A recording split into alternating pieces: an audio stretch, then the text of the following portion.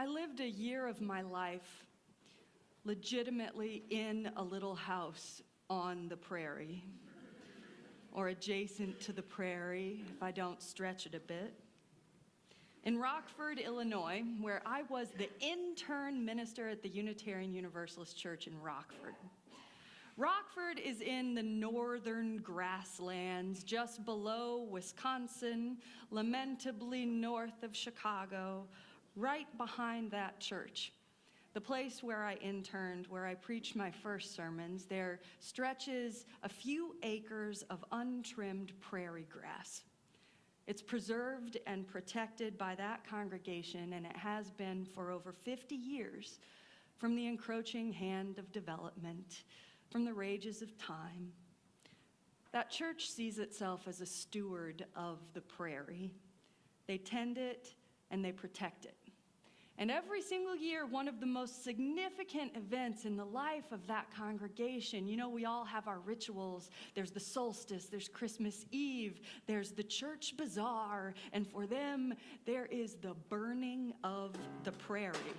Thanks, Cliff.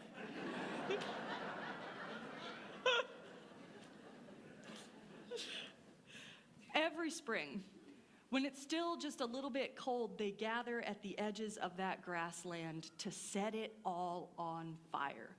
I mean, legitimately, to flat burn it down. To ignite that prairie with caring hands so that it can grow and it can flower all over again. The North American prairie, you see, it is an ecosystem that has evolved under the influence of regular wildfires. And while the fires that are now raging in this season of catastrophe throughout Northern California and beyond are the product of myriad human encroachments and the brittle cost of a lowering water table in the Plains states, wildfires are nature's way of starting over, clearing away the dead, dry brush through which green shoots don't dare to sprout and opening fertile pathways for new life. And the First Nations people of the plains called fire the red buffalo. They started controlled fires to attract game who came to forage among the green shoots that rose when the flames died, and the tied up nutrients in the soil, dead beneath all that fallow chaff, were freed up for new seeds.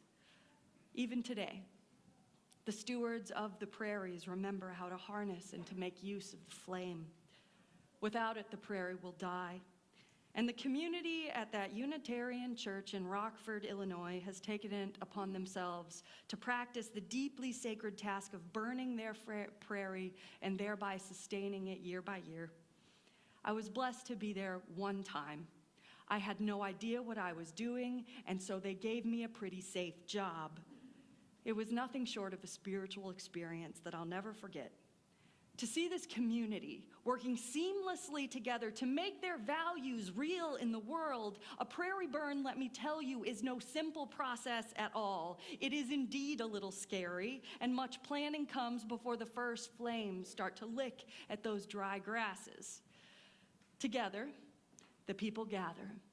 All around the perimeter of the prairie, people of all ages gather. They wait for the right time when the ground is still cold, but the sky is clear, and the people who stand there, as they have for generations, the most experienced among them measure the direction of the wind, because you always burn against the wind. You burn downhill toward a fire break you've mowed into the pasture. And finally, after seemingly hours of pondering out there in the cold and the quiet wind-carried conversations of people who plan, finally, when all is ready, one person who is called the fire boss makes a final assessment of the desired rate of speed and the environmental factors that could affect the burn.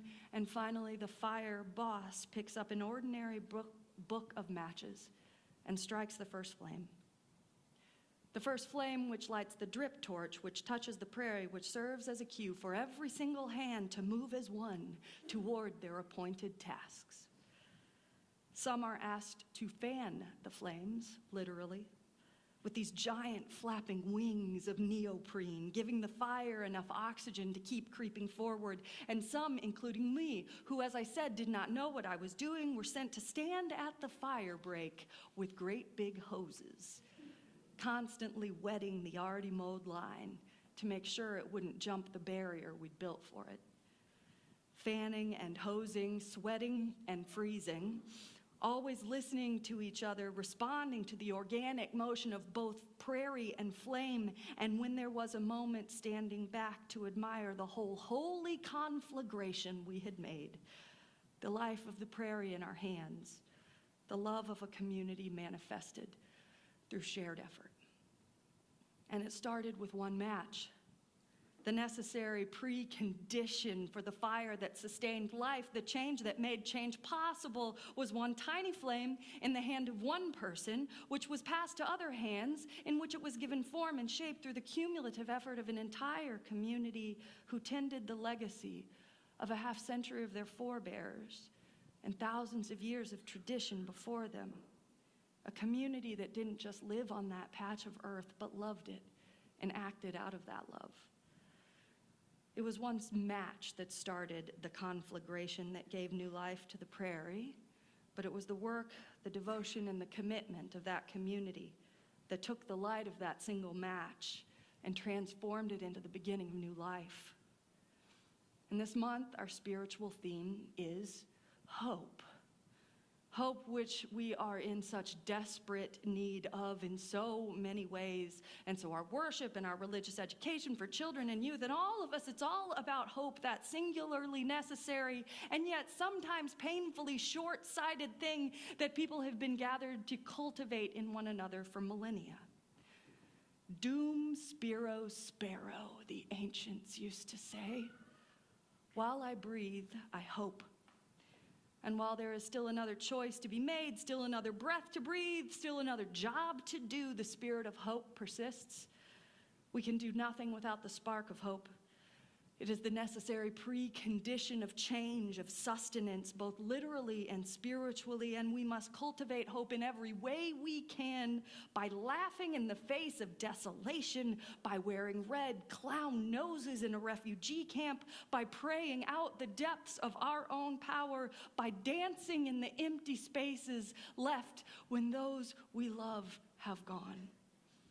That is why all of our congregational programming this month is crammed full of chances to cultivate hope for yourself, to find strength, to find refuge in these days as we're buffeted by the winds of just crap all around us. You know it's true. Go toward your sources of hope, find them, and when you do, cling to them, for everything depends on that necessary precondition for your life to change and for life to be sustained as we move forward. And yet, in our reading today, Rebecca Solnit reminds us that change does not happen because of hope. Hope is not the force that regenerates the world any more than a single match is the force that regenerates the prairie. Things change, she says, not by magic, but by the incremental effect of countless acts of courage, love, and commitment, the small drops that wear away stones and carve new landscapes. Everything is in motion, she writes, and sometimes we ourselves are the movement. We are the movement. The community tends the prairie. Love and commitment, the small drops that wear away stones, are made real in work. Love given shape through action brings new life. To Solnit, hope is not the thing that will change the world or heal the nations or save the lives or tear down the walls that we build to keep each other out. Hope is not the answer to our current brokenness any more than thoughts and prayers will lighten the trigger finger of the next shooter who will kill a child in the streets of our own city. Hope and thoughts and prayers and good intentions, they are not the answer. Which is not to say that hope is not necessary, which is not to say it is any less a precondition for the hard work and dedication that actually bring change. To Solnit and to the sages around the world through the span of time and tragedy, hope is the place to start.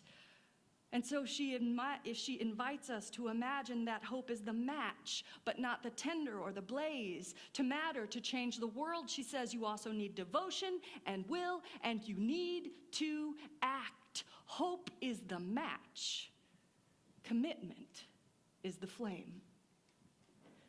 And if we think that hope is all we need to make our way toward a world more whole, we are confusing the necessary precondition of change with the force that actually creates the change we need. Hope is the match. Commitment is the flame. Writer and ethicist Miguel Clark Millet has done some very important public theology that calls America at large to come to terms with the ways in which we have hoped ourselves into the current crises that face us as a nation.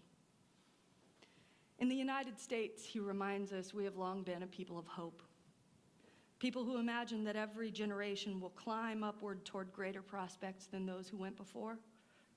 Too many of us have sold ourselves on the idea that hope alone can save us, and our broader culture urges us, in his words, to embrace hope as an antidote for everything around us. Hope for a brighter day, hope for justice, hope for peace, hope that compassion will win out.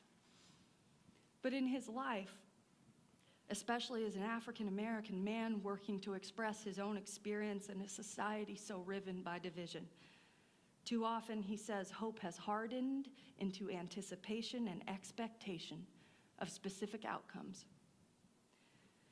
And that hardening of hope into a brand we can buy into an ideal that pacifies instead of ignites. It is a fallacy that quiets the spirit instead of agitating enough to be an agent of continued life in the midst of choking death. And when the church itself becomes merely a vehicle for this kind of stultifying, pacifying hope, hope with expectation but not commitment, the church then serves to slow us down from living our truly vast and embracing purpose. The Christian church in America and the religious community more broadly, maybe even it might be said, including us, has so often contented itself with just this kind of hope. Hope with expectation but not commitment. Hope that proclaims the necessity of another way while not stepping into the fray of change that gives that hope its true life and mission. As Christian ethicist Milton Jones has said, some Christians are like a large, immobile man in a football shirt who is always shouting about what the team should be doing, but would be horrified to have to kick a ball himself. Churches so often speak of hope, as if speaking of hope from the sidelines was the point of building and being a community in a broken world. But I am reminded, most of all by you, by your efforts, by your devotion, by every single day you show up for each other, I am reminded that the Christian scriptures themselves teach that old chestnut of a line that faith, hope, and love abide, and the greatest of these is love. Not faith in anything or anyone, including an outside entity that will fix it for us.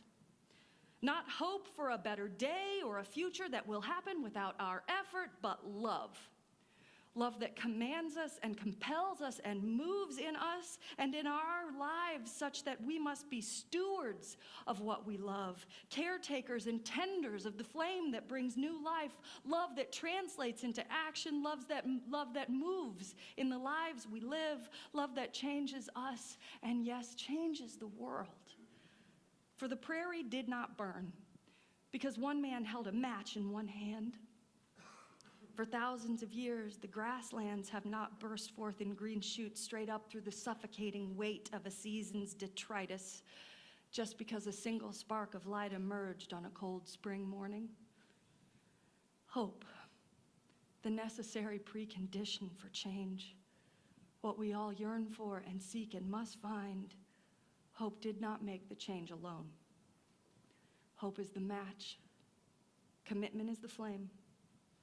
And new life is possible year after year in that place on the edge of the prairie, because the entire community takes that small flame and multiplies it 1,000-fold through all of their efforts and the efforts of generations. One match, one spark of hope is necessary for new life to arise, but nothing can change if the commitment of the gathered people isn't powerful enough to harness that hope and to turn it toward useful and transformative purpose.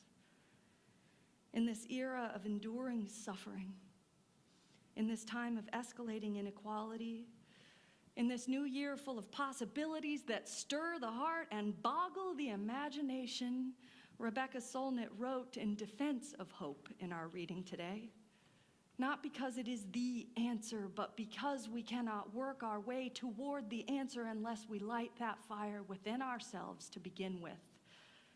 Hope is the match. Commitment is the flame. Let us cultivate both in everything that we do.